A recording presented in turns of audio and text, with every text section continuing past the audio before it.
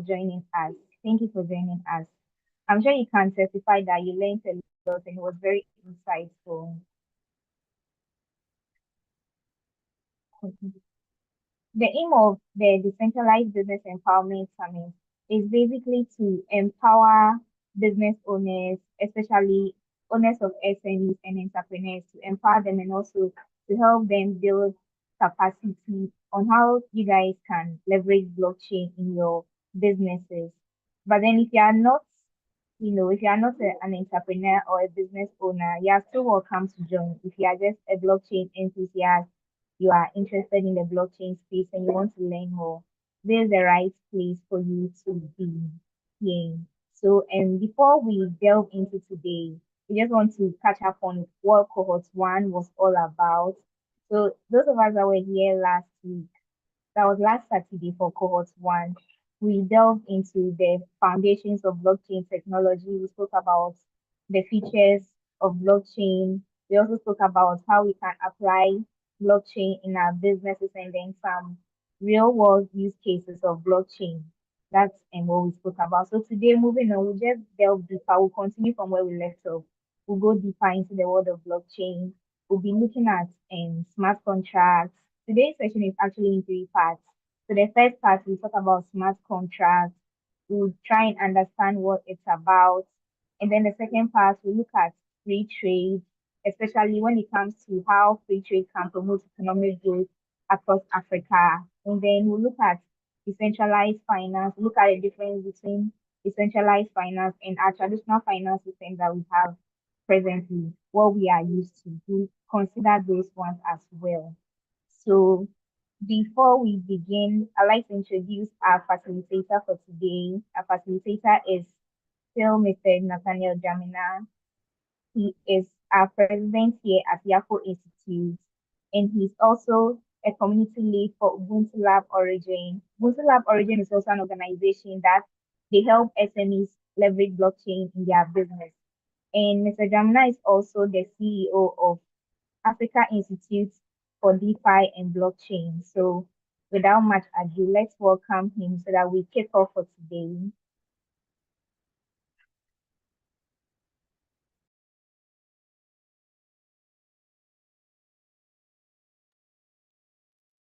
Thank you very much, Madam Benedicta, for your wonderful introduction.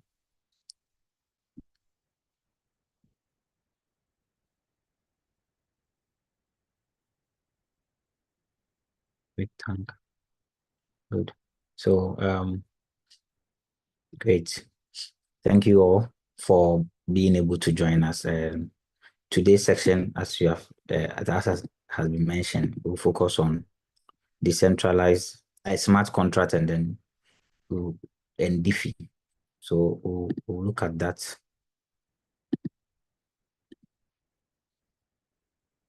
Let me share the screen from here.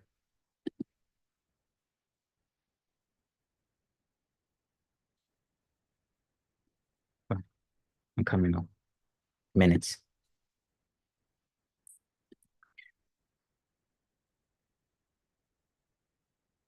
Can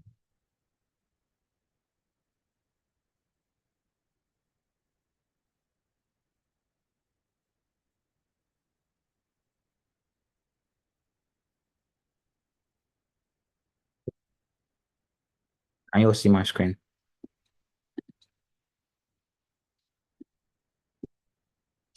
Can you all see my screen? Let me see because we have some challenge when you can see it. Good. So today, the model 2 will focus on smart contracts and free trade, as well as decentralized finance, which is DeFi. I have to assure you that the cohort 2 is currently also live on YouTube and Instagram as well. I don't know if the technician can check and see if our streamings are also going very well. So today's presentation is in 3 parts. We'll try our best to be fast on them. The first part will be smart contracts. The second part will look at blockchain and free trade, and then the third part will dive deep into decentralized finance. Please, at any point, in case you can't see my slides, let me know, because I'll be moving the slides. And if you can't, if let's say a particular slide has stuck for a very long time and I was presenting, just draw my attention, let me know. Thank you very much. Maybe the team can also share the slide link in a chat so that the participant can also follow with the slides accordingly. If that's available, you can do that. Okay, so part one, you're looking at smart contract. When we say smart contract, it's a self-executing program that automates every process involved in a blockchain transaction. So a self-executing contract with written terms in the code on a blockchain. So when we say smart contract, we are looking at the whole contractual arrangement and how various terms have been reduced into codes. So it's like a computer program. So let's say a normal contractual arrangement between two parties. But in this arrangement, everything is in code, and everything that's supposed to do it is in the code. So basic features are it's trustless execution, and then automation and transparency. Then it's also secure and immutable because it's being put on the blockchain. And so once it is launched or deployed, you cannot come and say maybe one party has performed, so the other party you are going to hold back or something. It's not possible for you to do that. Now, think of the smart contracts as if it is a vendor machine, like this machine. There's a place where you put money and then you press the drink you want and it comes. So where you are with a vendor machine, look at this whole arrangement has been reduced into codes. So when it happens like that, so you are looking at a situation where the codes have been the code have programmed it to replace the drink. The code have programmed it that if you press here, this should come. So there is basically no human involvement, and it is functioning with codes. And at the end of the day, once you press here, you are supposed to get your drink, and you get it. If the drink finishes, the codes have been programmed in a way that makes other people act to what? Bring the drink to come and refill it. So in an automated system like that, you realize that there is no conflict, or you cannot say that, okay, I'm taking the drink, but I won't put the money in. You don't have the option to do those things. And then smart contract also permits trusted transactions and agreements be carried out among what? Disparate anonymous parties without a centralized authority. And here too, you don't need to worry about the legal system and as well as external enforcement mechanism, because the code will self-execute. So there will not be a situation where you are going to, maybe in our part of the world, we go to the police station for people to enforce a contract for you on your behalf. It is not possible like that. Okay, so that is how the smart contract agreement is like. So let me move on to the next. So as you can see here, it's code, code, code. So everything on the smart contract is code. Now, how is the smart contract deployed? How is the smart contract deployed? The smart contract, since I have mentioned earlier that it's full of code. So first, the whole contractual agreement, the terms, the obligations, and everything between the parties are reduced into code. And the code is an automated contractual arrangement, like a computer program. Now, we also have the functions that you are supposed to do. Each component in the contract are defined, including team roles. Maybe a contract between party A and party B. Party A is expected to do A, B, C, D. All are defined on the blockchain. Then we look at events. So here we are looking at defining happenings. So maybe if I am contracting with you, let's say an insurance company, we are saying that, okay, if my car gets involved in an accident, $3,000 should be paid to me. So once the event happens, then the other part of the contract automates and it's function, like it takes effect. Then when you deploy it on the blockchain, So anytime the contract is in the contract has been fulfilled, then it is executed. So that is where you get the auto execution aspect. So this is how the smart contract works. So let's say I'm supposed to send money to somebody and we are using smart contract arrangement, and maybe I'm getting a books from the person. So the books will be tokenized. And once I receive I send the payment, the person indicate that he has received the payment. Then the book that has been tokenized will be what sent to me, and it's like that. So you won't get a situation where maybe somebody comes back and say, okay, yeah, I've received the money, but because of ABCD, I'm not going to release the books to you or something. These are something happening that occurs in our society. Like somebody has paid for the thing, and then it is the rest is stories. So you have people buying dress online and they pay for it. Then the person say, I'm not delivering it or something. Here, it doesn't happen like that. Once you pay and the smart contract recognize that it has been paid, the whatever you're supposed to receive is executed automatically so that you receive it. That's how it works. Now, now let's look at smart contract in business trade. So here we look at smart contract with which execute an agreement may be used for a variety of applications. One of the most basic applications is is assuring transactions between two parties, such as purchasing and delivering products. For example, a manufacturer in need of a raw material may use smart contract to arrange payment while the supplier can set up shipment. So you see that you don't need to um you don't need a third party. Let's say in this example that we are talking about, a manufacturer. In many instances, because the manufacturer may not know the supplier, so they will involve a third party bank so that they will use that to be the trusted third party that everybody will believe that this is I have made payment to the bank. Then I'll let you have maybe a check so that you can go to the bank and say, okay, I'm going to take this money. Then now, because the bank are my bankers, I tell them that they should hold on the check. They shouldn't give you the money, but I should confirm that I've received my goods before you get it. But when you have smart contract, you don't need any third party arrangement. And so we said that the use of smart contracts removes intermediaries, and this will lower costs. The smart contract creates a trustless a system for transaction. So because if you are involving a third party, the third party must also take fees. It's fair but that they are working, that they also take fees. But when you are using the smart contract, you won't pay some of these fees. So like a manufacturer and a supplier arrangement, you realize that once you issue the smart contract will only execute the payment if you indicate on the blockchain that indeed you have received the items. Once you receive the item, you cannot come and give stories and say that, oh, I received the item, but like, no.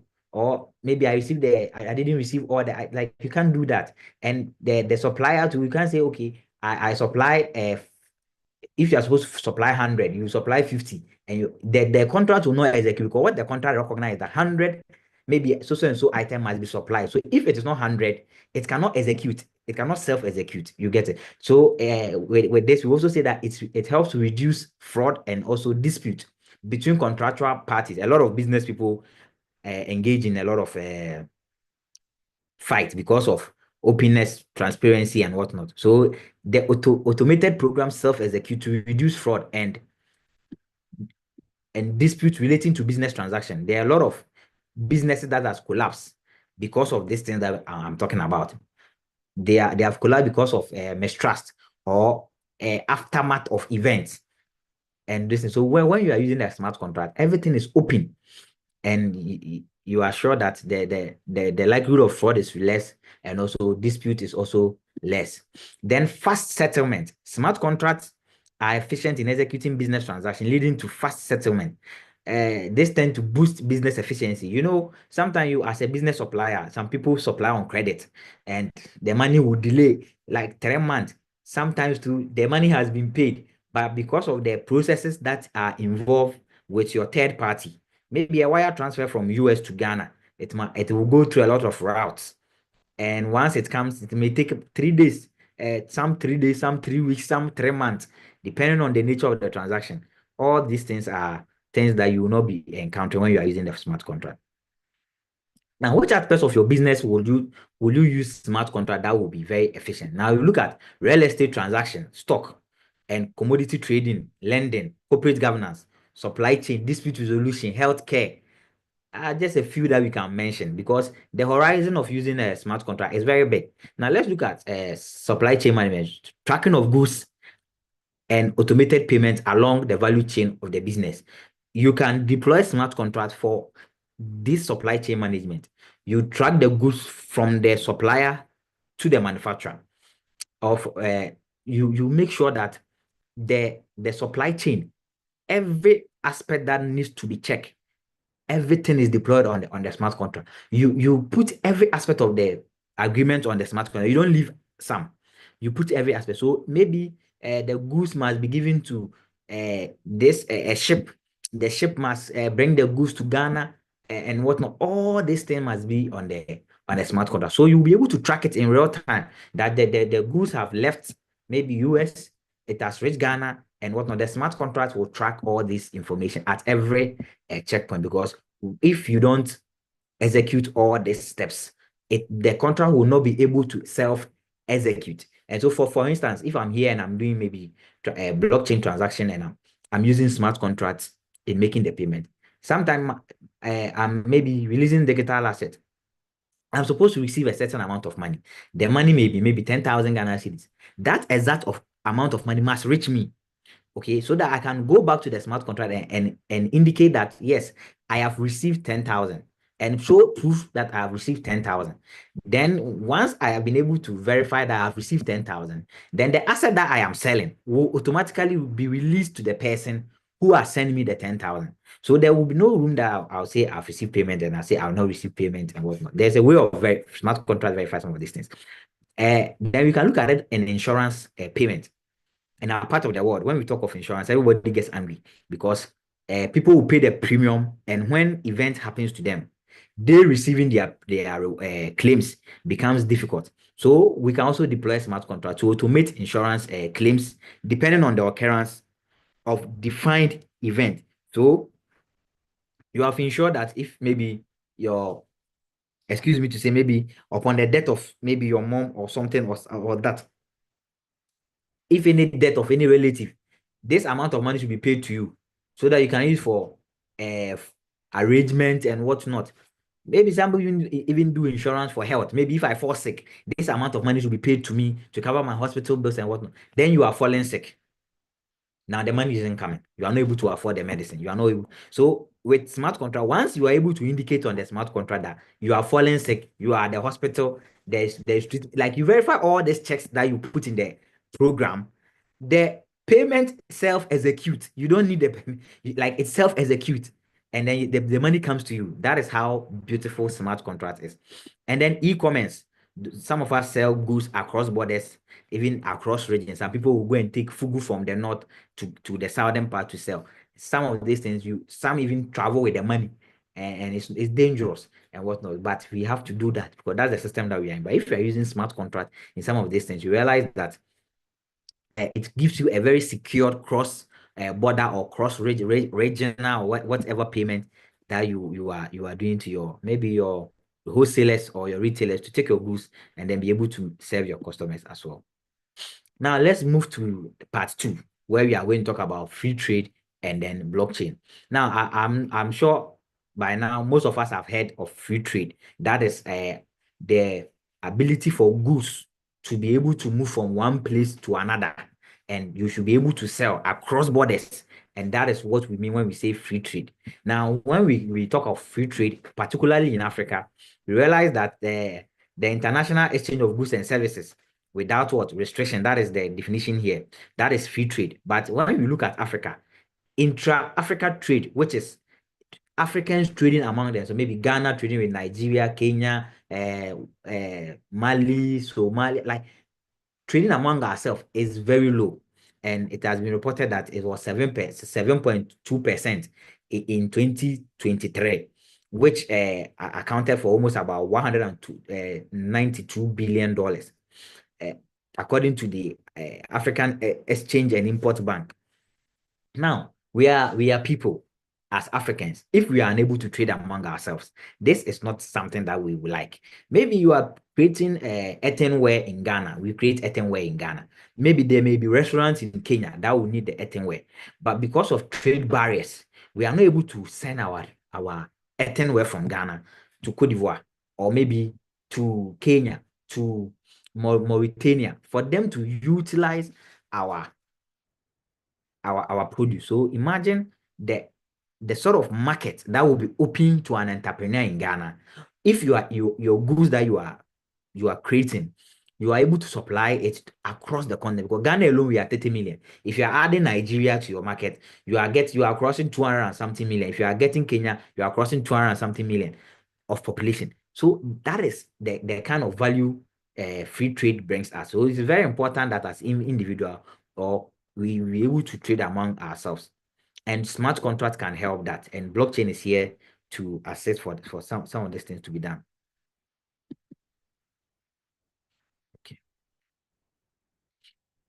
So free trade provide immense benefits, as I mentioned, like to boost the economy and provide employment to sustain livelihood. So if you along the value chain, even earthenware alone, along the value chain of earthenware, we employ a lot of people, drivers, people to move the goods, people to carry this, people to carry that, people to supply this, people to a lot. And so that alone can create a lot of jobs. Like this philosopher will say, Frederick Bestia, which I like this quote a lot. He says, when goods and services don't cross border, soldiers will. And so if you look at Africa, because goods and services don't cross the borders, we have fights everywhere. But if you trade among yourself, you see yourself as partners, you see yourself as friends. So you'll be able to what? See yourself as friends and then trade partners or business partners. So there will be no need to be fighting your business partners when they are giving you money. No, it doesn't make rational sense to go to war with such an individual. So the benefit is it encourages competition and also innovation. It increases what access to market for businesses and also reduce the cost through efficiency gains. So if you are using smart contracts and you are using blockchain for some of these your activities, it gives you more efficiency. So how does smart contract enable free trade? So we've talked about this. We talk of automating what trade agreement. So here, even at the international or between countries, between one country to another, there are a lot of contractual arrangements. Sometimes you will be there, they will say they have gotten judgment debt against Ghana because they refuse to do a particular contract or they back out of the contract. These things will not come in because you have an automated agreement.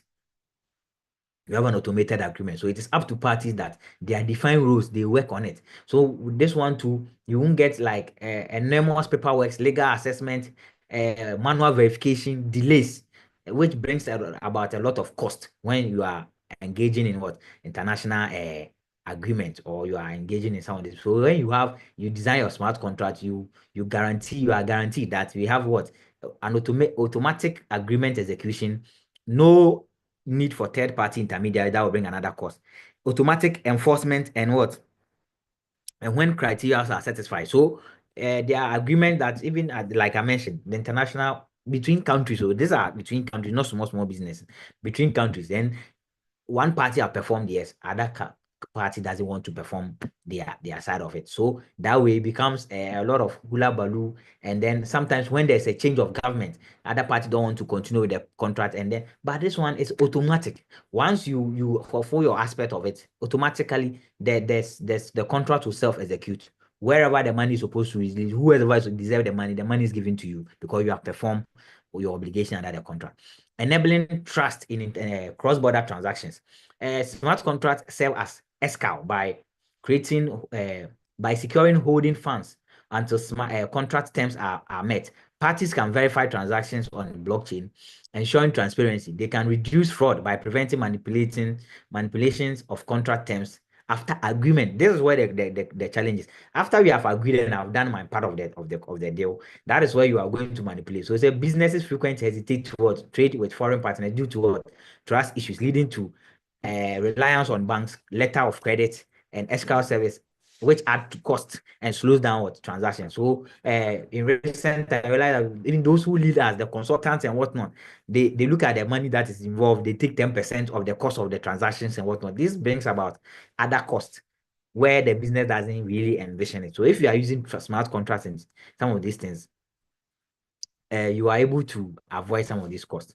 Then we look at trade finance and supply chain payment. So risk assessment, documentation, collateral requirements, cause delays. Sometimes they ask you, as an SME business, you are required to raise a number of collateral before they know whether you can do they should award you the contract or not. But if you are going to obtain credit, and you can use smart contracts, you tokenize your work, and you know that okay, this is what you can do. You show it, and on the blockchain, it's easy to trace your proof. And once that is done, you can even use that to raise funds for your business. Like in this course, I will show where you can use. We are using smart contract to raise loans for businesses and the rest. Then instant custom clearance. Here too, you're not going to have regulatory delays. The goods have come. You know, every goods that is being shipped, we have the description, document and whatnot. But because of trust issue, the goods will even come. They will still have to open it and inspect whether everything that you said on your description is the exact thing and whatnot. Like a lot of delays, plenty taxes that brings other cost. And we are saying that smart contracts automate custom what clearing, and that one too, it helps. So trade rules may be what promptly verify, use smart contract, reduce the amount of fake documents by making sure that trade records are what impenetrable. So once you put your records on the blockchain, nobody can edit it. I've shown in the cohort one how secure the blockchain is when it comes to handling data and what. So nobody can change it. So once it's like that, you trust that whatever has come is indeed what it is.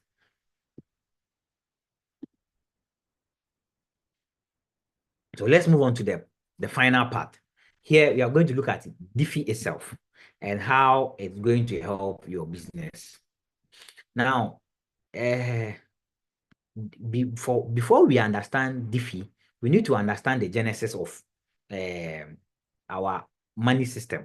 So let us look at that first, because in DeFi, we are going to work a lot with cryptocurrencies and for that matter, Bitcoin and also USDT. Now, when we say money, okay, money is a legal tender or anything of value used for the payment of goods and services. Money is issued by government or bank. Then we also have cryptocurrency, which is a type of digital or virtual money that runs on a decentralized network, which is the blockchain, okay? And is secured by encryption. Unlike fiat money, or let's say the legal tender that we know, which is conventional money by a government. Okay, so cryptocurrencies are not governed by what? Government or bank. So with cryptocurrency, what makes them more trustworthy is that the virtual or the protocol that is created for the issuance of the cryptocurrency is what builds the trust or make people want to trust it because it is very open, transparent, and there are protocols concerning it. Let's say, as we are here as people, if government want to increase their money supply, they don't need to consult all of us. But you cannot increase the supply of cryptocurrency like without consulting the entire community. Like we have Bitcoin that has 21 million in circulation. We are in the whole world, you only have 21 million Bitcoins.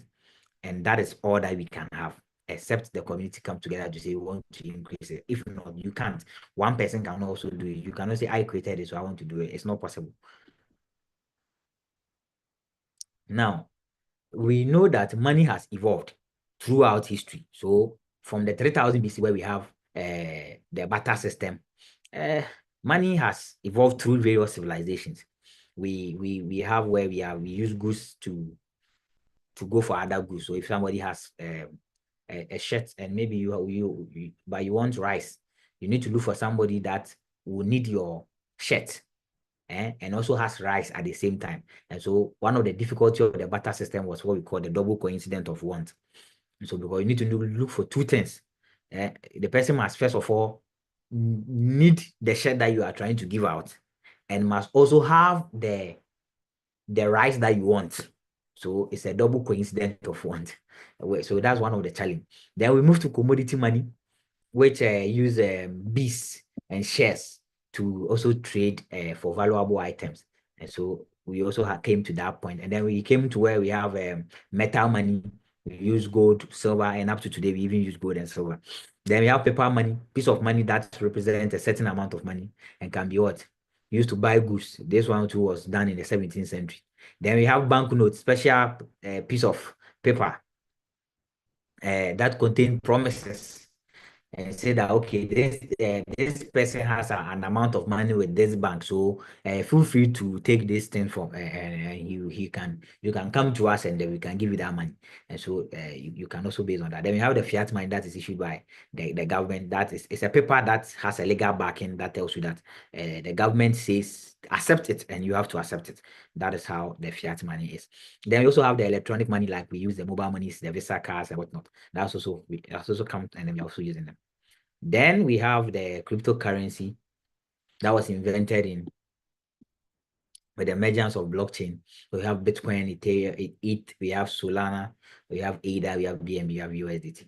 Now, prior to the invention of Bitcoin, there were other people who were trying to make independent and also decentralized monies. Okay, so we have the David Sham, who created the eCash, the first person, and he deployed the first cryptocurrency. Okay, and then after him we also had Dr. Douglas Jackson, and then Barry Doney. They created the electronic money called tied to gold. They also created one, but they tied it to the price of gold. Then we have Nick, who also came in to create what we call bit gold. As for this man, because the creation of Bitcoin, after I'll come to you after this man, 10 years after we created the Bitcoin, but he used the term BitGold. Then we have some anonymous developers who also created something called B Money. And then after that, in 2009, after the issue of the Bitcoin white paper in 2008, Satoshi Nakamoto also created the Bitcoin. Now, there are people who relate the creation of Bitcoin to Nick, because they felt like Satoshi is somebody we don't know. Nobody knows Satoshi Nakamoto. People say it's one person. People say it's a group of person. We can't tell. But what we believe in is that whatever he created is functioning and it's working. And so we don't need to know him to trust it. Okay. And then because of I think the relation is from the BitGold. Because of that, we are linking it to him, that he created it. And he has come out to deny it, though, that he didn't create Bitcoin. But people still think it is him. Now, before you are able to interact with Diffie, you need what we call a wallet. And wallet is very important in the world of digital money. So with the wallet, we have two types of wallet. We have the hard wallet and then the soft wallet. The hard wallet is a physical device that securely stores users' private keys offline, protecting cryptocurrency from hackers and online threats. So that is the hardware wallet. So example, what you see a hardware wallet, we have the Tezos wallet, we have the SafePower wallet, a lot. Different companies are into. We have even the Tangent wallet, a lot. Then we have the software wallet. This is a digital application that stores and manages cryptocurrencies and private keys online, and the device or on a device, allowing users to send, receive, and also trade cryptocurrency easily. So with the software wallet, we have MetaMask, Trust Wallet, Ure Wallet. I didn't add it here. We have a lot. For them, if you go to your Play Store, you can open your Play Store. You can search for MetaMask Wallet to find it there. You can search for Trust Wallet to find it there. These two apps, you can just go in for the two apps and it's enough. You other jurisdiction use other wallet, but for you in Ghana, Trust Wallet and MetaMask is okay for you. You don't need plenty wallet. You just need one of it is okay. Then now when you download this wallet in your Play Store, you have to set it up. I will use the Uri wallet as an example. Don't if you are going to interact with Diffie, don't use the Uri wallet. This is just for interface it's an easy interface for me. That is why I had already created this. That's why I just picked it and then I use this slide in there. Now, when you download, let's say Trust Wallet, it will tell you to create wallet. You still see these six options. You are a new person, so you click create wallet. Once you click on create wallet, they will tell you to put maybe wallet name.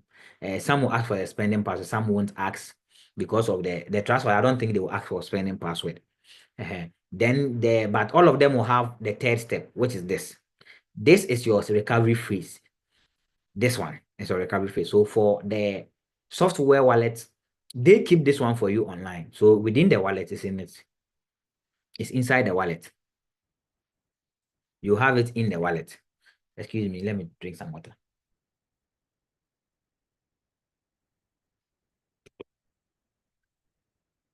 Good. So you have this in the wallet. Okay, so that's why sometimes some people are hacked because once you make people get access to this, even if they are in Azerbaijan or Cyprus, so far they have internet connection, they have access to your wallet. So once you are setting it up here, if you are even using Android phones, they won't allow you to take screenshots because some of these phones their security features are low, so you are not able to take screenshot of this picture. You see that they have put paper and pencil here. They are telling you to write it down, and in the order that they are appearing, that is the order you are supposed to write it. So primary is 1, pencil is 2, 3, 4, 5, 6, 7, 8, 9, in that order, 10, 11, 12, 13, 14, 15. Now, when you come here, you are required to enter this seed phrase that you see here. You are supposed to enter it here in order. Sorry, in order. So here, which one is first? It is primary. So you click on primary, you go and click on pencil. In fact, if you change the order in which they appear here, it is not your wallet anymore. It won't open. It will tell that it's a wrong wallet. Okay, so that is how secure the blockchain wallet can be. But because the software wallet saves this thing in your wallet, it is inside your wallet. Sometimes some people you'll be online, you are chatting somebody, they tell you to open your wallet, they tell you to go to this place, click here, click here. You are doing it by the time, and maybe they tell you to share your screen. So by the time you realize you are sharing the screen, and then they say click here, and it will open, and then the person have seen your seed phrase, and then they are gone. Okay, so and that you won't do anything in blockchain that will require you to enter your seed phrase. Aside opening, it's either you are restoring your wallet or you are creating a wallet that will require you to enter the seed phrase. Sometimes you go and enter support. I'm spending time to talk about this thing here because if you don't get the security here very well, you can be scammed easily. And once anybody get access to this, the person has your seed phrase. And I remember somebody said they they they said they are using hardware wallet. I told you that this one they save it offline. And this hardware wallet also has this seed phrase. They also have this seed phrase. So with the hardware wallet, they will tell you to write it down and you use it to set it up. And sometimes they will even tell you the software that you are supposed to use it to set it up. You download it and whatnot. You will need let's say if it is like the pen drive, you need to, like, if it's a laptop, you need to plug the pen drive in the laptop for you to verify the transaction that you are doing. So the person may have access to your seed phrase, but may not have access to your the pen drive. So you need the two. So if you show the seed phrase, the person can go and buy the pen drive and add it and go and send and just go and withdraw your money. So somebody said, I have secured my money on the hardware wallet, then they put this on the internet. I'm like, wow. So the person can just, if you know the wallet, he just go and buy the hardware wallet, and then they have your wallet as well. So you need to save it very well. Okay. So now that you know how to set up your wallet, now where do you buy the cryptocurrencies? So like Bitcoin, if you want to buy this, you can buy it from exchanges. So we have exchanges like Binance, Coinbase, OK Exchange, Kraken Exchange, plenty exchanges. Even let me pick mine. We have this one, I've forgotten this name. HT L Bank, HTX. We have Bitmart, Gate.io, Bybit. A lot of these exchanges. Okay. Or you can also do it on P2P platform. You can buy it from a person, somebody you know that has Bitcoin, like myself, you can engage me and say, okay, I want to buy Bitcoin from you. I can, that is P2P, peer-to-peer, and then you buy it. Then we have Bitcoin ATMs. Some people also, some countries have installed Bitcoin ATM that the people can just go there and buy Bitcoin from the Bitcoin ATM. Then you can also buy it from get it as a reward from consensus. So here you don't buy, but you receive it as a reward. So it's also another way of getting it. Okay, so you don't buy, but you receive because of those who do the staking and mining, they receive Bitcoin as a reward, and that becomes a digital asset. And once you have Bitcoin, you can even use Bitcoin to swap and get any other coin that you want. So that's also one of it. Now, when you have your cryptocurrency, mostly when you open your wallet, you are supposed to see something like this. If you are using Trust Wallet, you see something like this. Now, if you are sending wallet or you are sending money, okay, you click on send. When you click on send, you see something like this. Then you get the address of the person you are sending to. You just paste the person's address here. Then you enter the amount of money you are sending here. You enter the amount here. Then you just send it. You just click on send. The send button will be at the bottom. Okay, you just click on send. Now, one of the things I want you to draw your attention is that when you are taking an address, we say we call something network. So when you look at this point, you see that they have a coin. You have written Bitcoin. Bitcoin. So here you are sending this transaction. It will be done on the Bitcoin network. It will be done on the Bitcoin network. And with this one, we have Trust. This is a Trust wallet. And my Trust wallet, you see that there's $3 here. This $3 is just for gas fee. So when you are doing the transaction, you sign it up with a gas fee. And with the Trust wallet, you use BNB as a gas fee to sign it up. So the network is very important. It's very, very important because when you are sending money to somebody, maybe the person is receiving Bitcoin, but he's receiving Bitcoin on the Ethereum network. Then you cannot send it from this. You need to swap it from the Bitcoin network to the Ethereum network, and then you send it to the Ethereum to the person on the Ethereum network. So these are things that you need to also avail your mind to, because if you send the money to a wrong network, you find yourself wanting it may bend. Okay, it may bend. So when you look at this one, this is Cardano. Okay, those of us, I know most of us on the call, some of us are in the Cardano ecosystem. Cardano ecosystem, this is Cardano on the Binance blockchain. This is not Cardano on the usual Cardano exchange network that you know. This is by the same coin, the same price, everything. But you need to pay attention. It's a BEP20. So it means this Cardano is on what? It's on the BNB network. So when you are sending somebody this, you need to select a particular network that will make sure that they agree, then the same money can go to this person. So that is something that we have to pay attention to. But if you are using Uri wallet is automatically on the Cardano blockchain. So you don't need, it's already automatically on the Cardano network. So all the time you use Cardano network to receive it.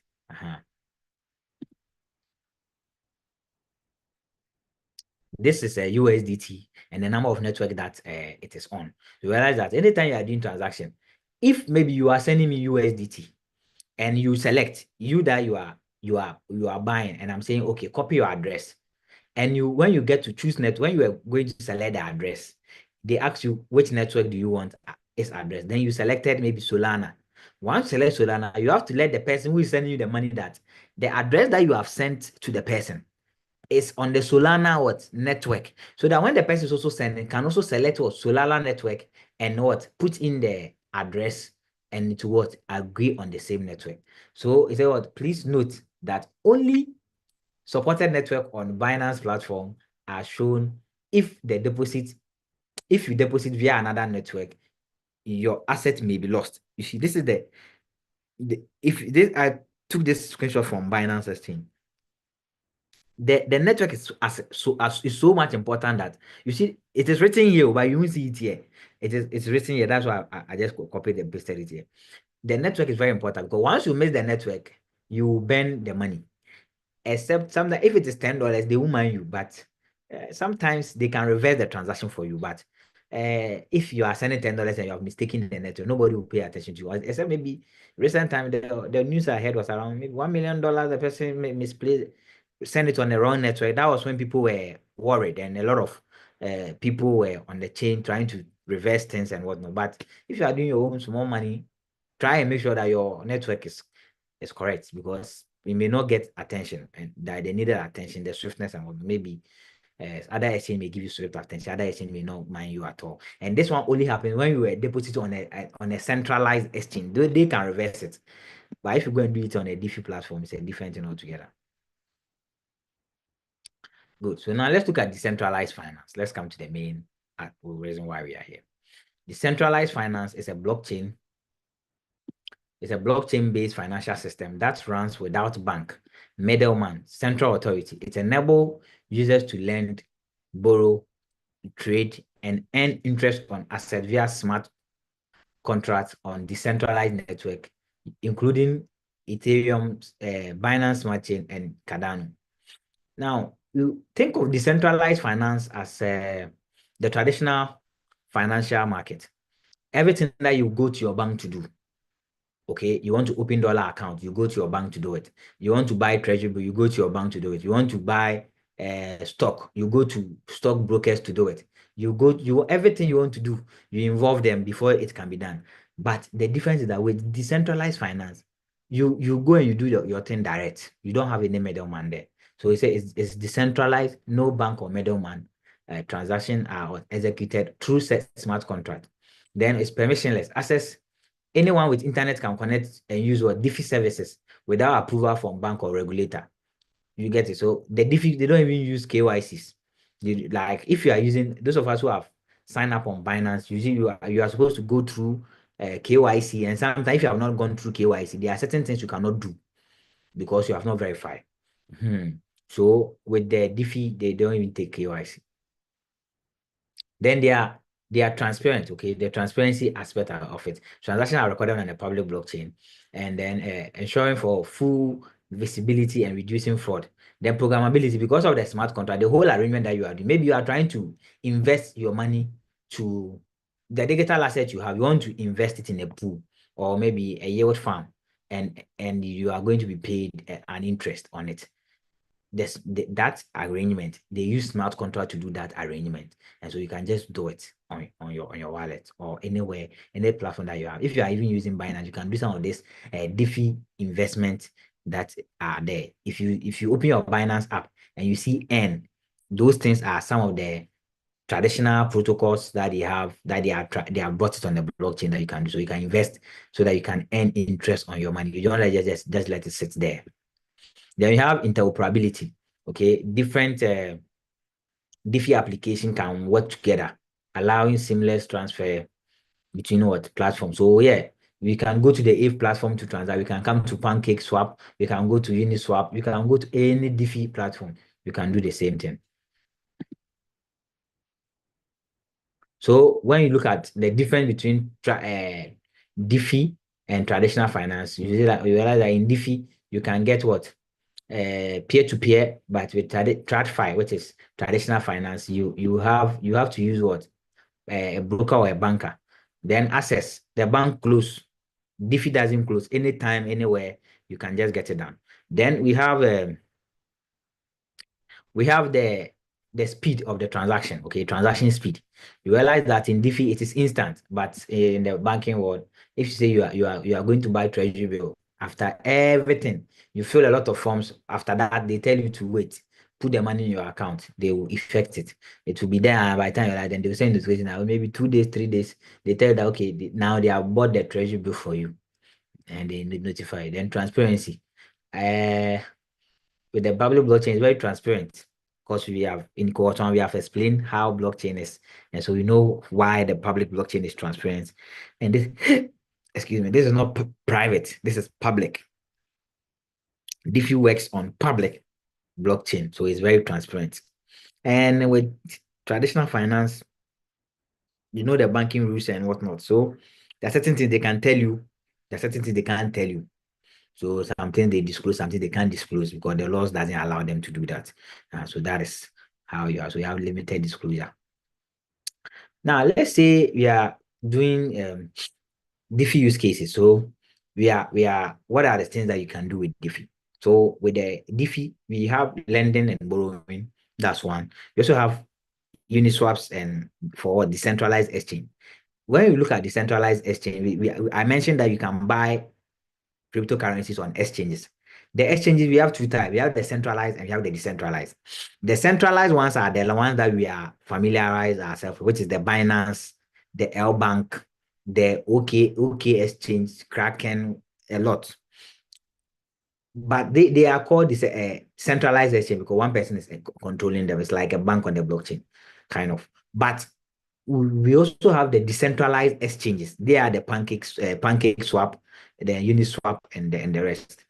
This picture you see here is Pancake Swap interface. You can just, I think pancakeswap.org. This is it. Pancakeswap.org. You'll be here. Now, when you come here, what you're supposed to do is that you connect your wallet. So you see either MetaMask, this is Trust Wallet, Coinbase Wallet, or Uniswap Wallet. Any of these wallet, you can connect them. To connect them, you just click this thing, you click on it. The interface will open, you scan it, and then you have connected. That's how you connect. Then we have also what yield farming. Yield farming, like I mentioned, staking, passive income. So yeah, it's like an investment pool. You just deposit your money there, and then it gives you a reward and what's not. Then we also have remittance. Those of us who your business, you know that you receive payments from abroad and whatnot. You can start telling your suppliers that, oh, have you heard of Bitcoin? You can buy Bitcoin and then send it to me. I can receive it. I know how to receive it because you have been told you know how to set up a blockchain wallet for your business. And once you go there, you click on if you are receiving, you click on receive and you copy your wallet and you send it to him. The person who is sending, you can just receive the money and then it will come to your end. So let me take you through there. So here I've connected the wallet. This picture I've connected, the wallet has been connected. But here it's a Polygon Mumbai Facet. This is a Facet coin. It looks like money. When we see Facet, faucet, or some call it Facet, some call it faucet. It is like it looks like money, but it is not money because you cannot sell it. But the protocol creates it so that developers can use it to develop other applications. Let's say I'm building an app on the blockchain and I want to know whether if this app somebody send money, it will come or it won't come. I can use the faucet to test it. So that's why they create this faucet. So I used it to just swap money from this to this. So I just connected it. I connected the wallet. I entered the amount of money I'm selecting, 0.02 matic, and that will be equivalent to 0.00018 wrap Ethereum. Then you just click on swap. So when you go to the next, we'll do the practical section. When we go to the next, you see it like this, and then you just swap. Okay, we just swap, and then that is it. Then here you are done swapping. Now, when you are done swapping, you have done this, but when you go to the blockchain, no, I didn't add this. Okay, when you are done with this, maybe I'll show you later. When you do maybe this transaction and you go to the blockchain, you realize that you see it on the you see that the transaction is on the blockchain. Okay, I'm trying to go back, but my good. So this transaction that you have done here, it will be recorded on the blockchain directly. So maybe I need to show that page. I don't know why I didn't add that because I had it. Okay, good. So that is how you interact with Diffy protocols. Okay, this for the Connect wallet is something you should know how to do. It's not difficult. After here, I'll go after the slides. I'll do the live one and then we'll look at it. So when we look at benefit that you can get from what the Diffy and also some risk. So first of all, we look at smart contract risk. Smart contract risk, you can look at security risk and smart contract vulnerability. So sometimes, depending on how you know that the smart contract is a computer program. If you don't build it well, there may be bugs that can be hacked. Okay, so there are times where DAO arrangement have been hacked. So those of us who have participated in maybe Project Catalyst also function as a DAO, and they have money on their votes, but for them it is not sitting on the program.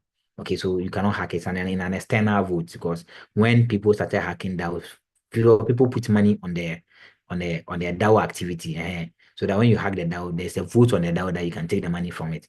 But now people create the DAO and then they create a separate agreement, and then they also have their vote over it. So that when you know about the DAO, that's what they're using to work, but you don't get money on it. The DAO is just an abbreviation for decentralized autonomous organization. So you can create it, maybe old school association. We can create a DAO for ourselves, and we create a token, and then we give ourselves governance arrangement, and we put all on the code. And so we know that this is when this is done, this must happen. If we are a mate is sick, we are supposed to send that person 5,000 Ghana cedis. So it self-executes. That's how the DAO arrangement is. And sometimes we also have oracle situations where something may happen in the real world, and there's no way the blockchain is able to identify that. Okay, maybe you use the smart contract for a bet between maybe Chelsea and Southampton, and you say if Chelsea loses, this money should be sent to so and so, or if Chelsea wins, this money should be sent to so and so. But the blockchain is not able to inform itself about whether the event has occurred or not, whether the event has occurred or not. So the blockchain is not able to inform itself. That way, it becomes very difficult for the blockchain. But now they are they are developing Oracle database that can connect to the blockchain, so that real world events can can notify the blockchain, or the blockchain can be notified of real world events. Then it can self-execute. Then private key management. Yeah, some people also lose their keys. Recent times, a certain lady called and said somebody has taken her phone, and so she wanted to, she had downloaded back the wallet, but she realized that the money that was in the wallet is no longer there. You understand? And then she felt, I felt she has misplaced her private keys, which is the 15 words, the words that I showed earlier. If you misplace it and you create a fresh wallet, you won't see your money in it unless you use the old seed phrase that you had. Okay, so that is where you can find your money. Then we have legal and regulatory issues. You know that in our part of the world, like Ghana, for instance, there are certain things that the law doesn't allow us. So, yeah, smart contract is not recognized by the legal dispensation that we are in. And some government may also introduce what?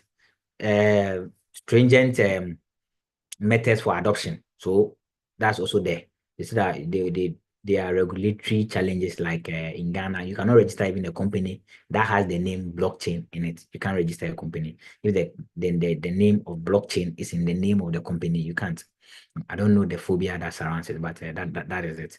Then we also have scalability issues, which is where this one comes with fees issues and whatnot. But there are solutions like layer 2 solutions that are scaling up, and then the fees is also lesser on those kind of blockchains. Okay. Then we look at free trade challenges. Yeah, we are looking at adoption resistance from traditional institutions. Up to date banks. You can pay, maybe you want to use credit card to buy crypto. Some banks, because you are going, the mere fact that you are going to buy cryptocurrency with your credit card, the kind of charges they will charge, you have to repent and say, I don't want to do this transaction again. So that is some of this uh, adoption resistance from traditional institutions and big corporations. Okay, they resist the traditional system because it's going to eliminate some of that. Because let's say if you are doing international transaction, whether you like it or yes, you need to have a bank as a trusted third party that you deposit the money with them. Sometimes when you deposit the money, the thing might take about 3 months before the thing will come. So the bank, they have the money, they will be working with the money. You understand? They are getting interest. Yes, they are still also taking charges on it. And after the end of the 3 months, then they'll go and pay the money because you have received the goods and there's no conflict in the trade agreement. And they also issue the payment to the other party that was supposed to receive the money.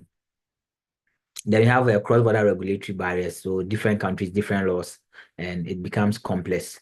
But when you are using blockchain, everything is code. So no matter where you are, once you agree to it and you have codified it, it brings a some sort of standardization that we may need in terms of undertaking maybe some of this smart contract agreement or whatnot. But We don't. These are gaps that needs to be filled.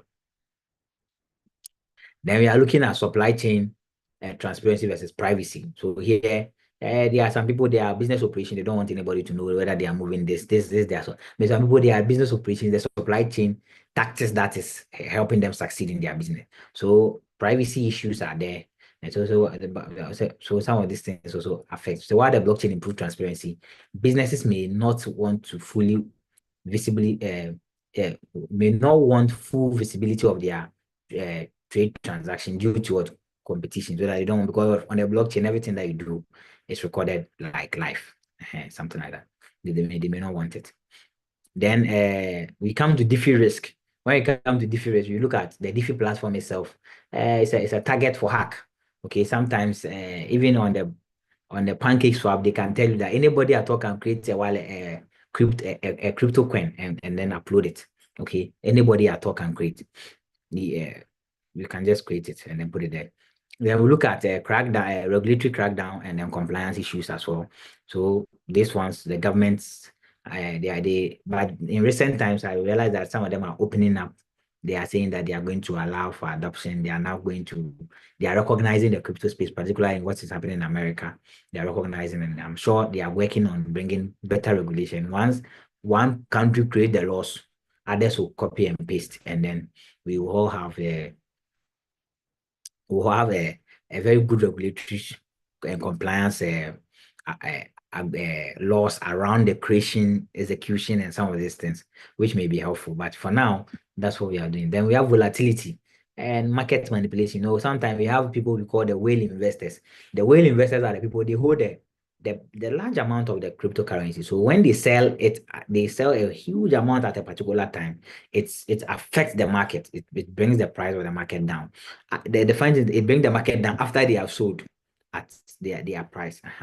And then we also have the volatility of the DeFi tokens. Okay, the price of the token, the cryptocurrency, they don't stay at one point. Before this event, I did a check on the blockchain price. It was around 97,000. It may go to 100,000. At that time, in the course of the week, it was around 95,000.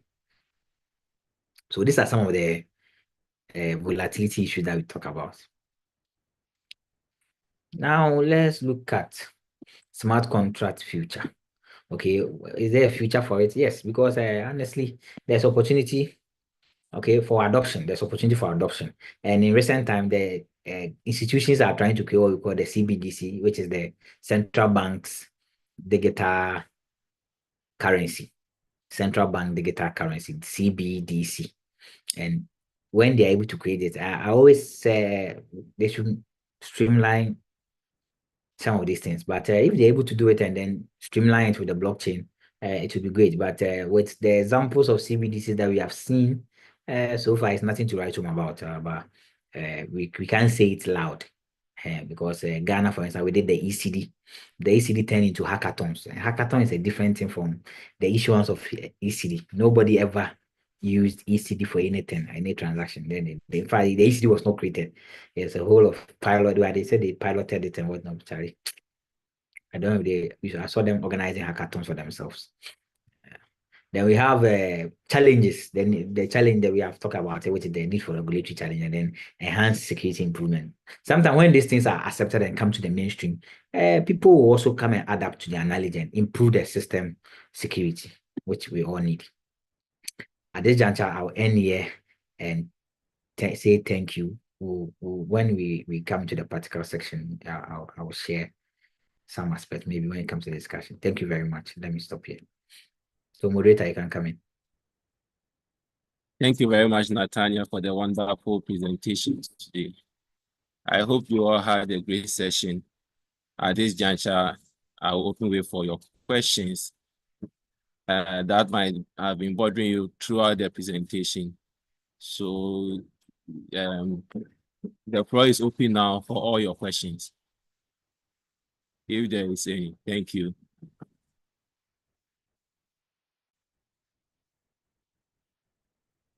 If you have any question, you raise your hand or mute yourself, then you come in. Or You can also drop your questions in the chat box, then I'll read it out.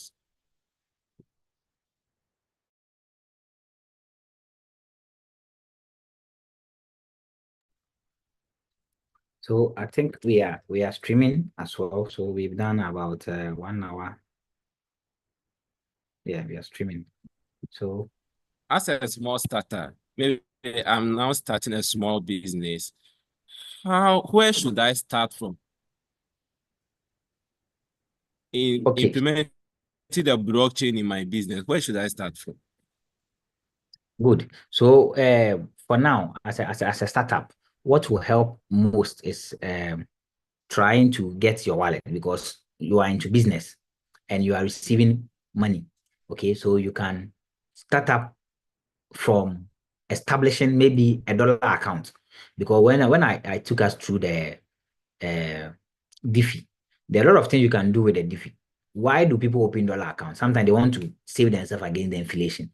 But in the Diffie, you can also create USDT. You can use it as your dollar account. You are not going to be required to have a passport. What do you call it? They'll take a lot of documents from you. That's one. Number two, they will also tell you that if you are creating a dollar account, it must be a current account. That's two. And then they also tell that if you are transacting with your dollar account, you will pay maybe 14% as charges, 33% as charges. You will pay. You understand? All these things doesn't come in when you are using the USDT. So you can buy your USDT anytime you want to go and meet your supplier. You can liquidate your money, and then you get your physical Ghana cedi, and you go and make your payment. Because sometimes maybe you buy the dollar at 15. By the time you're supposed to go and make your payment, the dollar is around 17. When you sell, you realize that you are still at par with the inflation in your country. But if you say you won't create this, but you want to rely on the traditional finance system. If you want, you try, maybe after today, tomorrow, maybe Monday, go to just enter your bank and tell them that you want to open a dollar account. You want to know the processes and the cost involved. And when they tell you the charges, when you are using your dollar account to effect transactions and how much you're going to be paying the bank, you advise yourself. But in the blockchain world, you can even, if you have USDT, you can send the USDT to, maybe you are buying a goods worth of $200. You can send it to somebody in US, and it will be $200. You understand? Because that's what you have in your wallet. So that is a very good point to start. Then let me also share this as well. Let me share this for the businesses. I talked about the practical aspect. You see, for the businesses, let me see. Can you all see my screen? Joshua, can you see my screen? Yes, I can see your screen. Good. So let me pick. Let me see. So for the businesses, there are also other grant avenues in the blockchain. When you are stepping into doing maybe blockchain activities or transaction, we have grants that you can apply. Maybe it's a startup. You are thinking of your business idea. It hasn't actualized yet. You can use the blockchain system to what? Go for grants. And with this thing that I'm talking about, let me show. I shared this, but okay, good. So let me share this. You can go for a grant. This is called HBAR Foundation. This HBAR Foundation is also a blockchain. You can find it on the. Let me see. Good. You can find HBAR on a blockchain. This is so. Let me see if I can find. Let me search for it direct so that it becomes easier. This is HBAR. My internet. That's why I'm not doing this live. But if you want to do it live, you have to do it. I'm currently far away from Accra in Kumasi, and my internet is very bad. But the in-person will be doing some of these things, so don't worry. But what I wanted to do is I wanted to show HBAR. I wanted to show HBAR. It's a blockchain. You can just Google coinmarkets.com. If let me see if I can just scroll it down and find it. I want to show HBAR so that you know that it's a cryptocurrency. I think it's a number. So I'm not finding age bar. So let me reload it and see if I'm coming. Give me some few minutes. Let's do something here.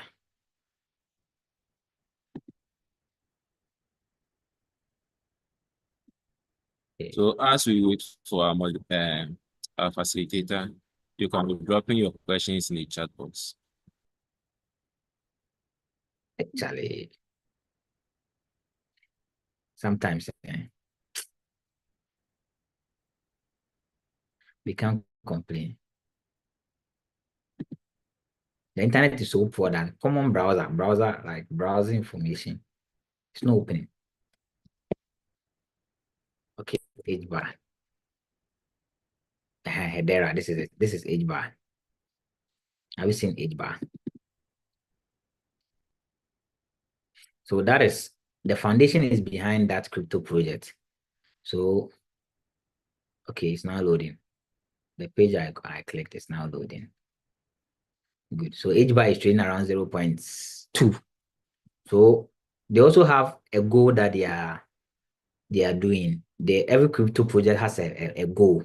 So when you come to their grants, you need to know their goal and see whether your business idea can be tweaked around them. And then you see how best you can leverage on their ecosystem in as to build your business idea on their blockchain or to fuse their solution in your business idea.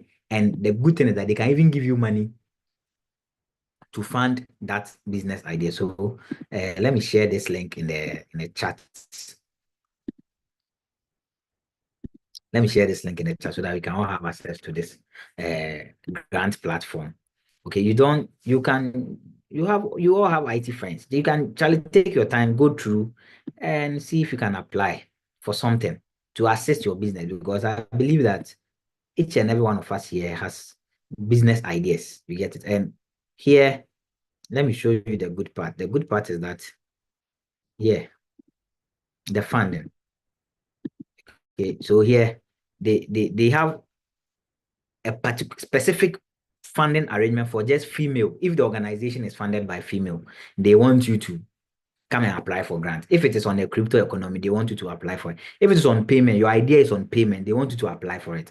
If it is on privacy, they want you to apply. Customer engagement, sustainable impact, they want you to apply. Now, look at the category of monies that they are giving. Let's select maybe one, and then you see, maybe you want to build an app, a dApp. There was a place that I'm seeing.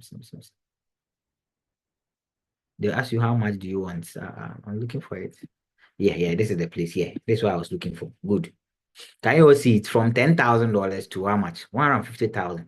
And if your money, your idea is more than 150,000, just select 150,000 and write that maybe your idea is worth 250,000. This is what you can use for your idea. And trust me, if you are able to write a very good grant and you prove that your idea is great,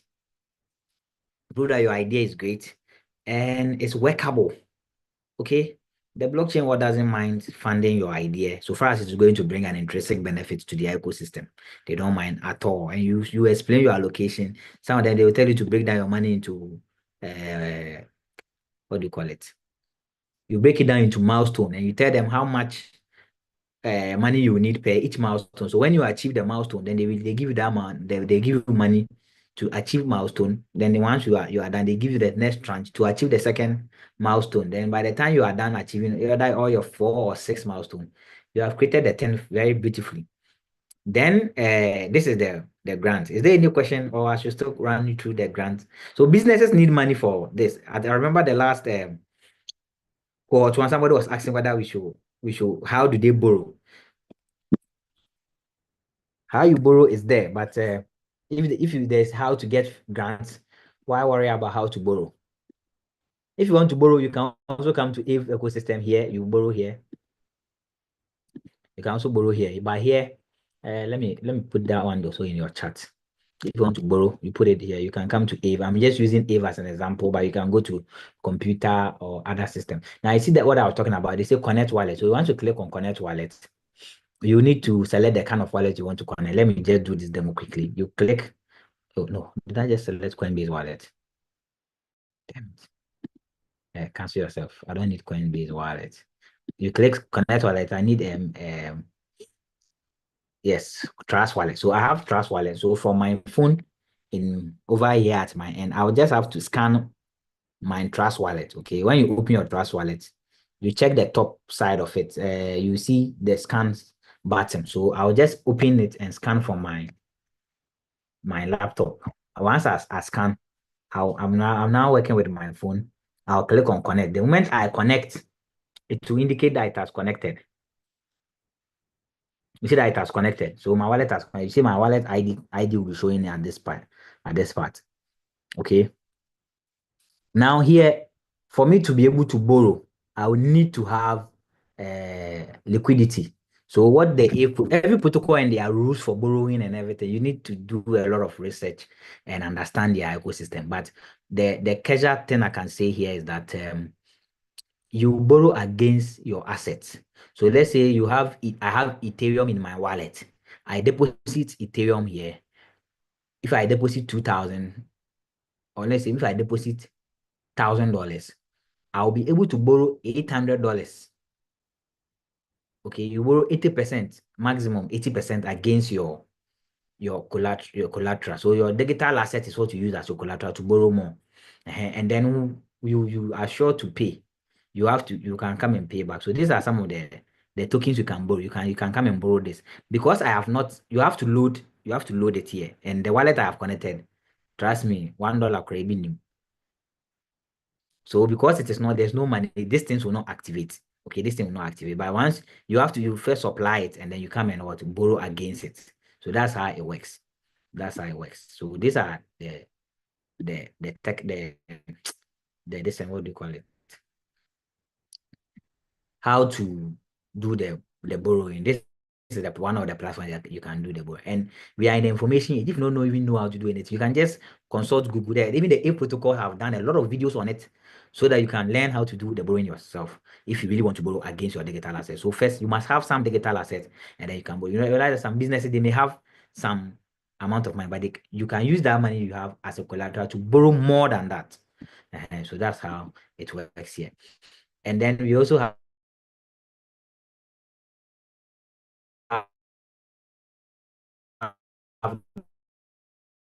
the one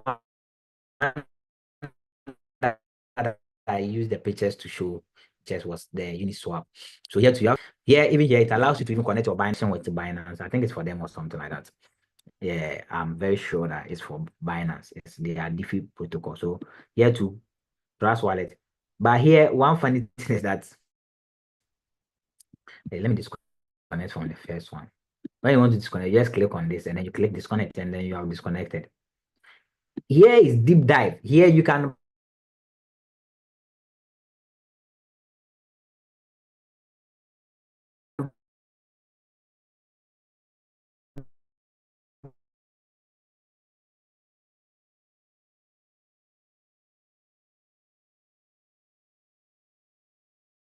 buy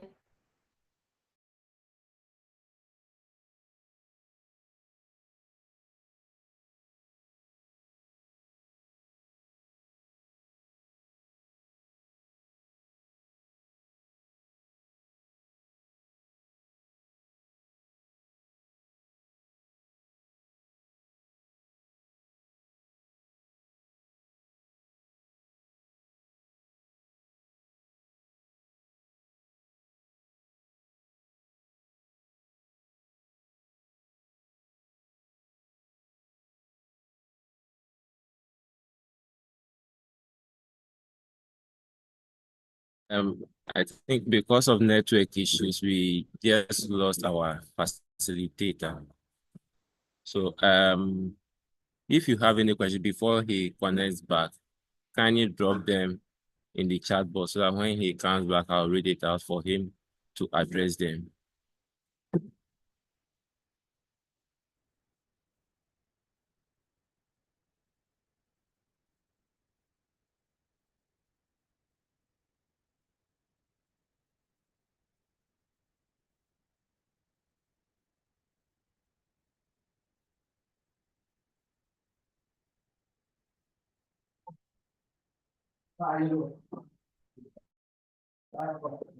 Okay, so he is connecting back.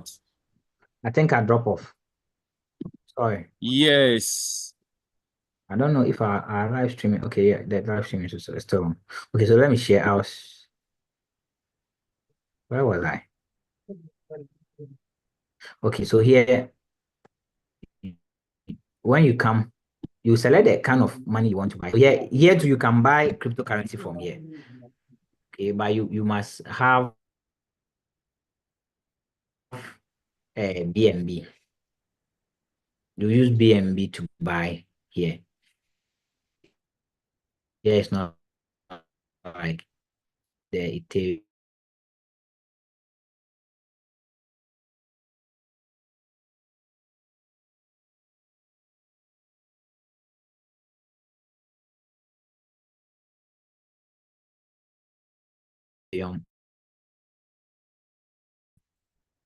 Coin.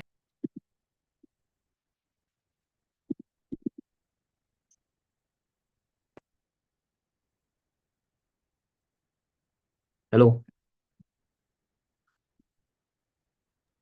Yeah, not Ah, it's okay. Like, let me just stop with the demonstration. I don't know why. I think somebody is asking a question. yeah, we have a question in the chat box. What's the adoption rate? And it reads, what is the adoption rate of DeFi in Ghana? When will this become mainstream, or at least more people will get on, so businesses can start using this on an everyday basis? Okay, so when it comes to the adoption rate, I may not be able to be in the best position to tell the adoption rate, but what I can say is that almost about we have 3% of Ghana's population are involved in crypto transactions and crypto trading. So as to whether they are using DeFi specifically, or maybe they are into just the trading aspect, or maybe they are just into just the investing aspect, I can't tell. Even there are people I know that they are into blockchain, but they don't do anything, but rather they solicit gig, they work in the blockchain and they get paid. You understand? So that is also another aspect, but they are all into the blockchain. Okay, so I can't really give you exact figure, but certainly we can tell that the adoption rate is very low. And Ghana, we are lagging behind. And even the learning of it is below. And there are some technical people who are maybe you could say that they are students. Okay, they are students, but they are even doing IT. But you ask them about some of these things and they have no idea about. And so maybe it's high time. I don't know if there's any university that has a course on blockchain technology on DeFi. Maybe business schools should start taking up DeFi and adding it to the traditional finance system that they are teaching. Because DeFi is just like the traditional financial system. Everything that you do in the traditional financial system, DeFi allows you to do the same thing. So anything that you can do with a bank, when you come to DeFi, you are able to do it from investment to borrowing to anything. You can do them with DeFi. So that is what makes DeFi quite interesting. So this is what I Okay, would. there's another question in the chat box. So let me It connect says, it. And then, okay, what is that about? okay, it Read, says, read, read the question up. let's say I have a solo business that supplies to shops, events, and individuals.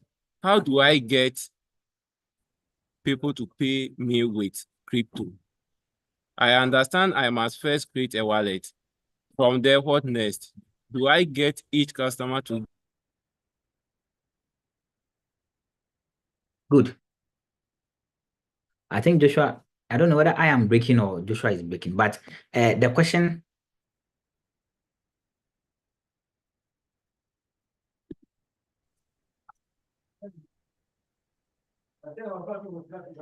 Okay, Joshua, I get, you said, are you supposed to get any customer to download the wallet and whatnot, or if I got you? Yeah.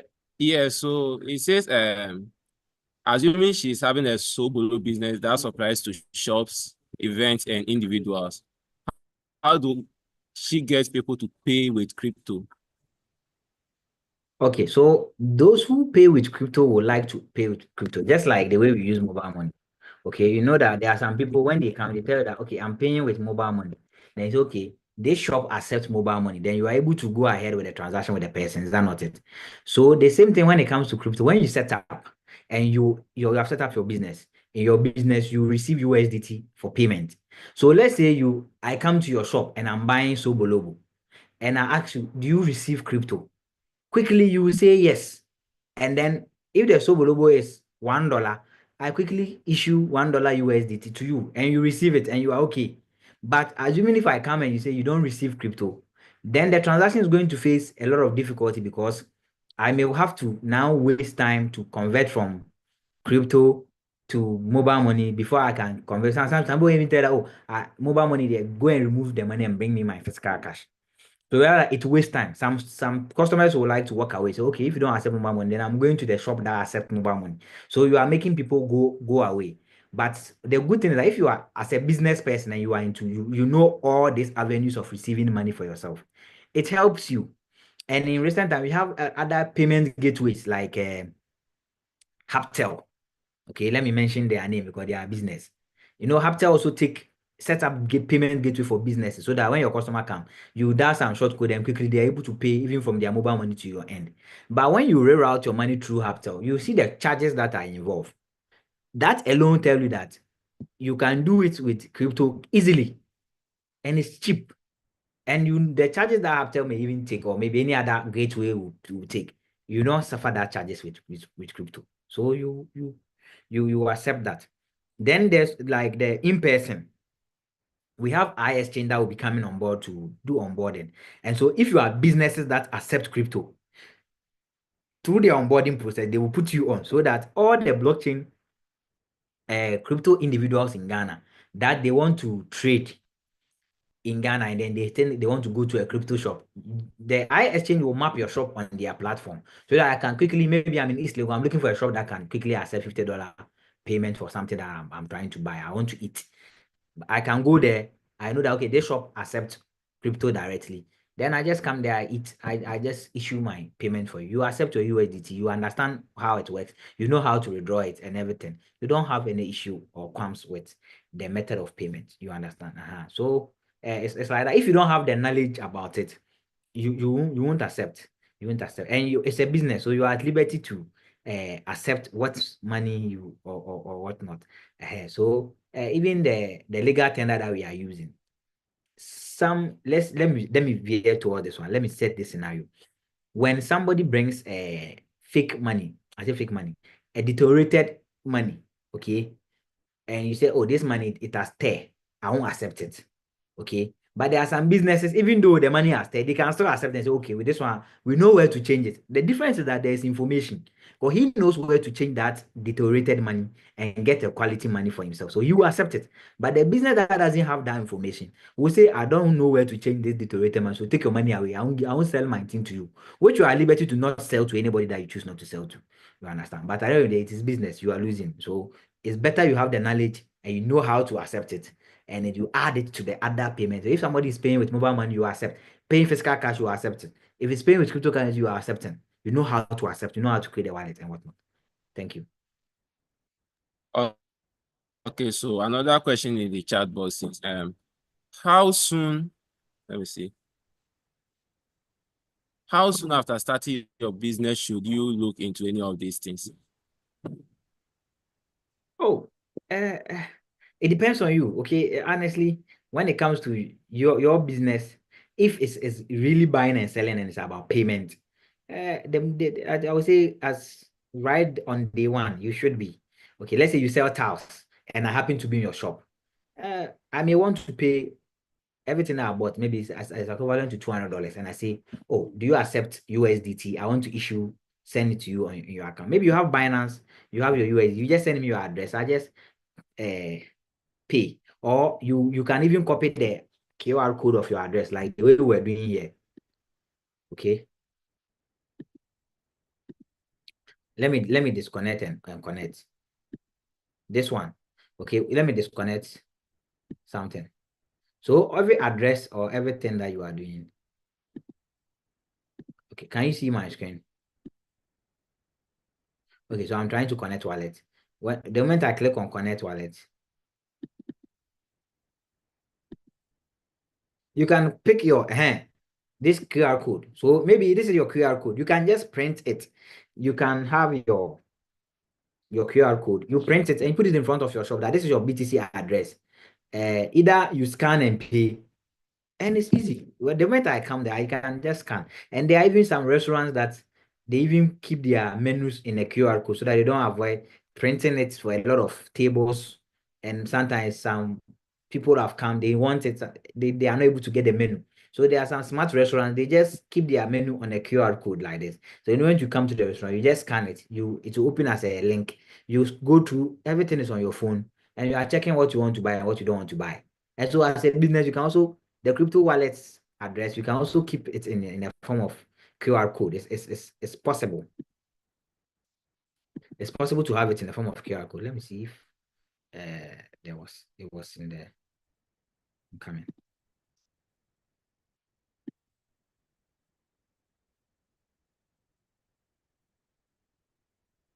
Let me go to the wallet part and see if I had good.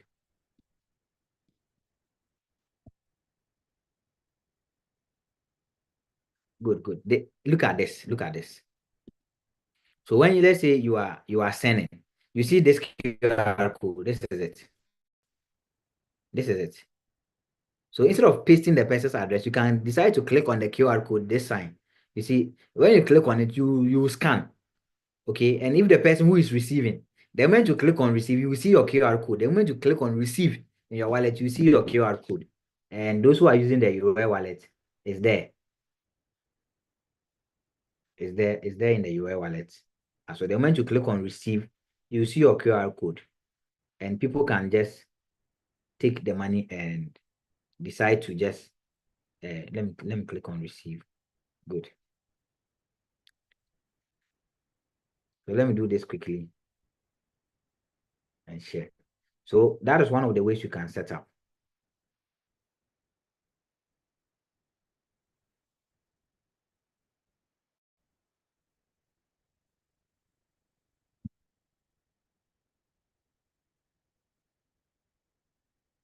Let me upload this picture quickly and then let's see.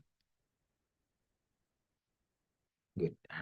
So the moment you open your wallet and you click receive,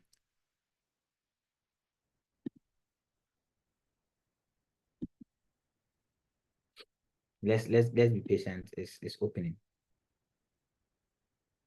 Good. I just take this picture on my phone. So you see, so you can either copy your address to receive, or you can just print this QR code here, and anybody that scans on it can be able to send you money.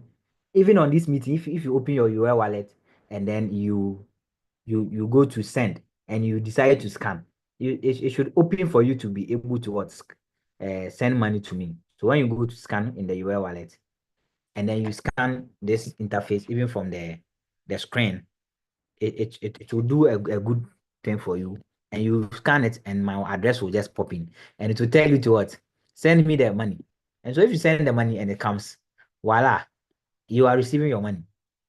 Okay, so you as a business, you should set up all the payment avenues and you'll be able to use TradFi and even you send the presentation. You set up all the payment gateways, and then once you set up all the payment gateways, you should be able to receive money from any angle because you are in business. If you are even trying to send money outside Ghana, see the challenges that you go through. It's very hectic, but you can use crypto. Okay, you can use this and you send money USDT, you send money across the border, across the continent, across everywhere. Okay. So I think this question is already answered. So do you say one should invite crypto to their business? Yes, it has been already answered. Yes, and And with this the one says business, let them use the what? USDT. The USDT is a stable coin. Okay. It doesn't get volatility, which is you've heard that they say crypto, the price it goes up, it comes down. If you buy Bitcoin, that one you'll be experiencing it goes up, it comes down. But you are not supposed to buy Bitcoin. Just buy USDT with your business capital or your business revenue that you know that you are going to use this money to go and take stock to fill it back into your business. You understand? If it is like that, then the USDT will save you because it is not going to go up or come down. USDT is always $1. Somebody says USDT is a stable Okay, coin. It's just so like another one. the dollar. So what is the minimum amount you can use to buy Bitcoin? It depends on the platform that you are buying from. Okay, all the exchanges that I mentioned. I think from the Binance exchange, they have a minimum of either $10 or $15. That's the minimum you can buy, but you can depend on the exchange. Okay, they set those rules for you because that's where you are going to buy from. Okay. Okay, and this one, I think, is requesting to get all the material there. So it will be provided. Last week's own was shared, so this week's presentation is also going to be shared. Yeah, And then then we also get the recording on YouTube at Yafo Web. You get the whole session on YouTube. Okay, so my humble question is, how do I get the grant? I think he's referring to the I've shared HBAR. I've shared the grant link in the chat. I've shared that grant link in the chat, and there are Okay. more grant links. Okay, if your business is having maybe IT solutions in it, if there's a way you can add IT solutions or blockchain solutions into your business, you can start exploring this grant so that you integrate that aspect into your business. I've shared it already. Let me see if it's there so that I can reshare you. I shared the grant link.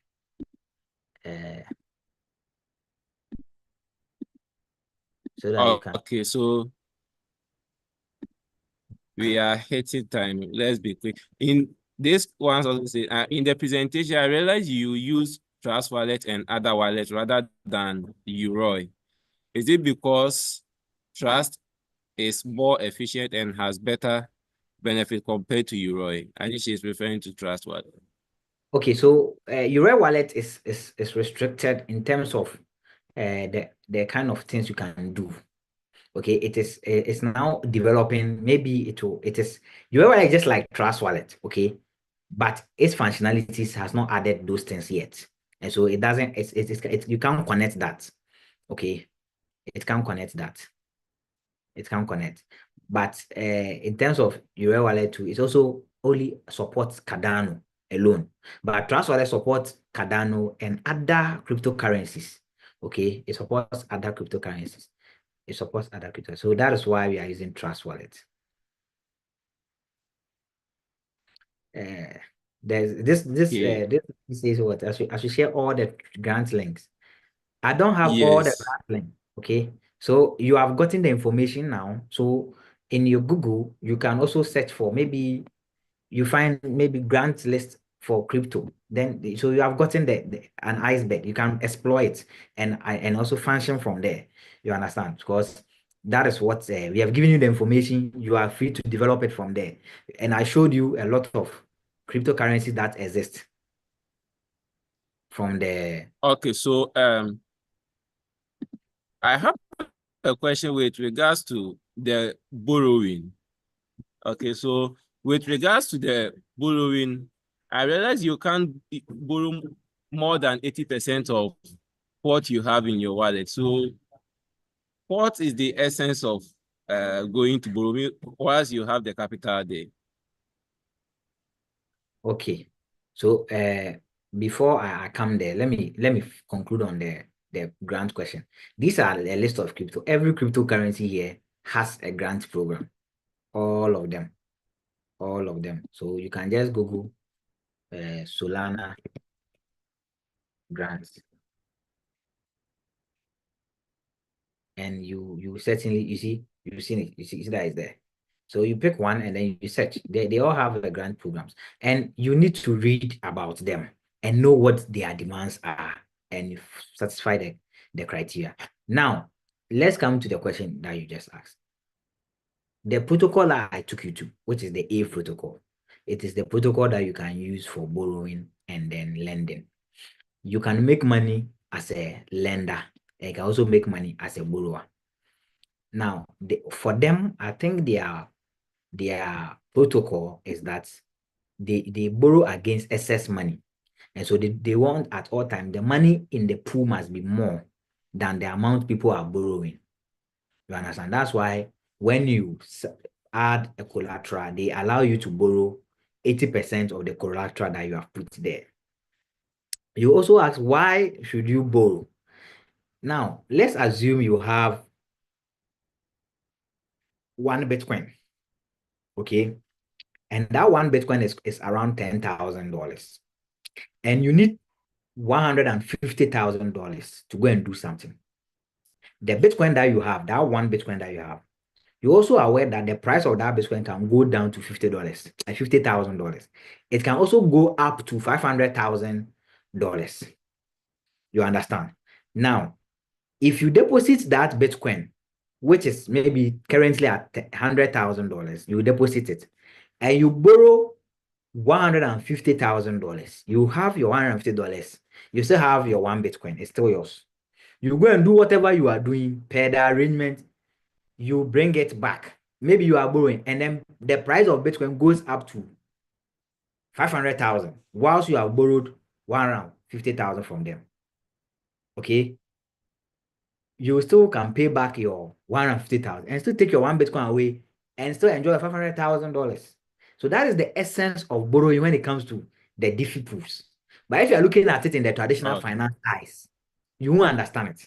So in the traditional finance, you don't have money, you are going to borrow. You understand? So you need the money to go. Yes. But here in the diffy pool, you put, and with the traditional finance, even if it's not as if you don't have money, you have money. But maybe it's a land. So you use your land as a collateral. You understand? You use your land as a collateral to, or your house as a collateral to go and borrow money.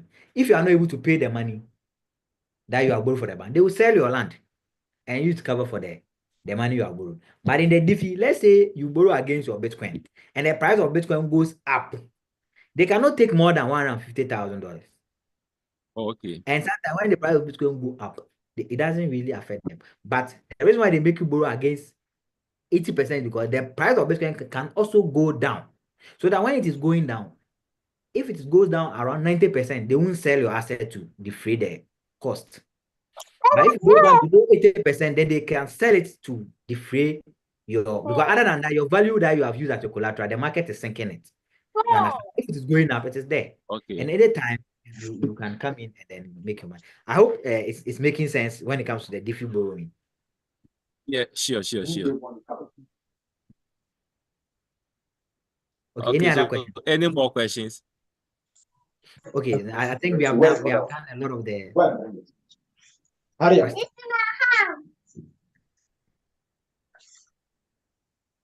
If you have any other questions, we are about wrapping up. You send them to the chat box, or you raise your hand or mute yourself, then you ask. If there are no other, within the next 30 seconds, I think we should be wrapping up.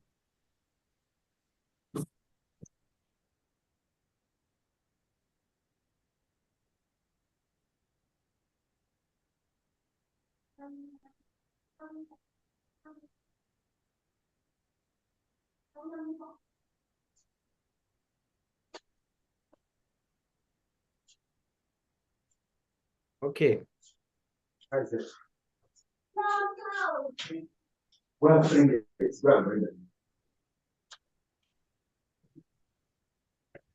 Okay, so I think there are no more questions, so we should be wrapping up.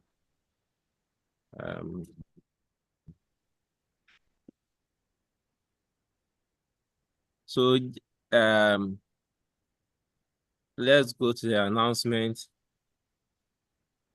Yeah. Okay, so the cohort 3, which is the in-person, will be next week. Yes, next week. That's 22nd February. From 9 a.m. to 9 p.m. at 9 a.m. to 3 p.m. And the venue is the Ghana India Kofi Annan Center of Excellence. And in the cohort 3, we are going to discuss inflation and protecting business capital stable coins and cryptocurrency payments. Where is it? Then implementation strategies for businesses. And also there will be hands-on lessons, practical implementation, networking, and collaboration. So we look forward to you all next week, Saturday, which is the 22nd of February 2025 at the Kofi Annan ICT Center. Yes. Please, where is it located? Direction to the venue will be shared on our official WhatsApp page.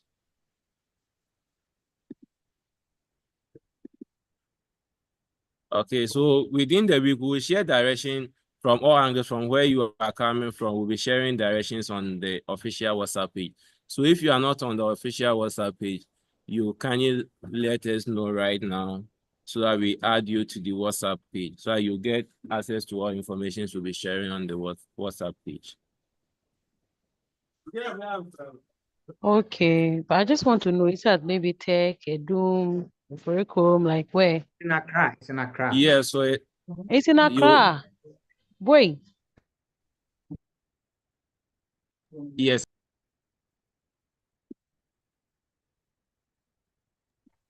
Hey, Accra there, but would there be a Zoom session like this? Please come again. Would there be a Zoom session No, for the please. in-person? Wow. No, please. Because Accra there, those of us in Kumasi may be difficult. Okay. Oh, okay. But maybe we may arrange other events and then we see how best. Depending on the resources that we get, we bring some of this event to Kumasi as well. Okay. So Okay. now, I don't think we'll do the online because the in-person is for practical engagement. And so if you are coming, come with your laptops and your mobile phones and download all the apps so that when you come and you are having difficulty, we can take it through and then we see how best we can help you set it up for your business and whatnot. Okay, so we thank you all for joining us. And to let you know, Yafo Institute is behind this Decentralized Business Empowerment Training. And this is probably sponsored by Atlas Network and our other partners, which is New Intellectuals Network, the Atlas Society. We have Lola, Divine Economy Model. We have Alumni for Liberty. We have Kinsel, Liberty International, and Lola. Thank you very much for your time with us. And I am Joshua Awetete, your co-moderator for today. Thank you all for joining. Bye, everyone.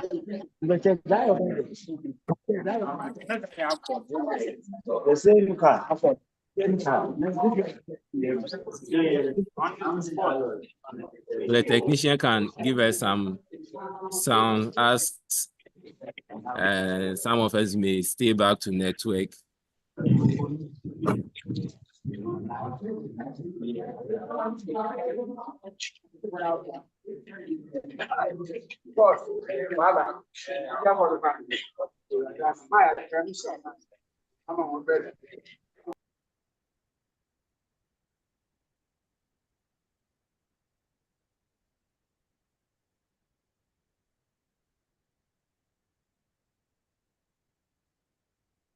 So technically, can you help us with some background sound?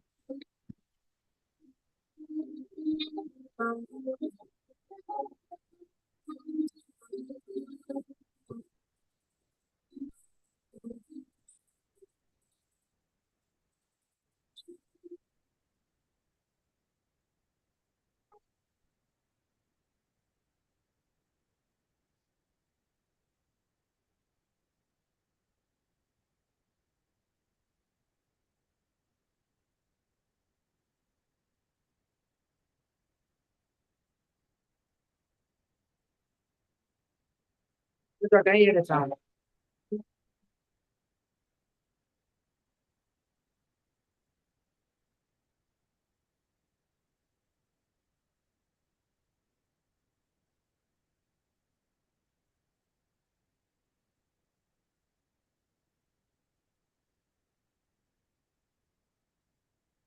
And also, if you are joining us on YouTube, we'll be going off YouTube very soon.